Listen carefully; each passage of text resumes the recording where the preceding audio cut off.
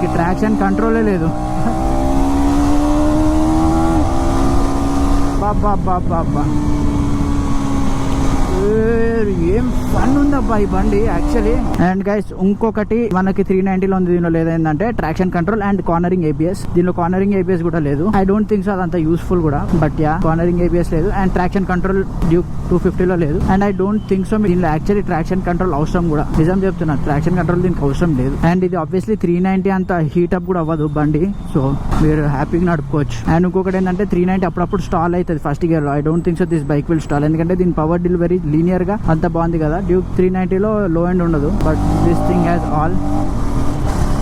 బాబా చూసారా మీరు ఎంత స్మూత్ షిఫ్ట్ అవుతుందో. బాబా నేను చెప్తున్నా కదా, I'm totally enjoying it. In case anyone is thinking నాకు అంత పవర్ వద్దు, నాకు డ్యూక్ 250 చాలు, ఈ పవర్ చాలు, మస్త్ ఎంజాయ్ చేస్తా అంటే you can go for it. And in case మీకు టెస్ట్ డ్రైవ్ ఏమైనా కావాలి అంటే నేను కింద నెంబర్ పెట్టేస్తాను. You can contact the Begumpet KTM showroom. They will arrange a test ride for you. And మీరు వచ్చి బండిని ప్రాపర్గా టెస్ట్ చేసుకొని యూ కెన్ ఎంజాయ్. ఇక్కడ కొద్దిగా ఫుల్ ఇచ్చి చూద్దాం. సో ట్రాక్షన్ కంట్రోల్ దీనికి లేకపోయినా మీరు సడన్ థ్రాటిల్ ఇచ్చిన బైక్ అయితే వీల్ స్పిన్ అవ్వట్లేదు, విచ్ మీన్స్ మీకు ట్రాక్షన్ కంట్రోల్ యాక్చువల్గా ఈ బైక్ అవసరం లేదు. 390కి అయితే చాలా అవసరం. కొంచెం రేవ్ ఇచ్చినా మనం వెనకాల రేర్ టైర్ స్పిన్ అయిపోతుంది.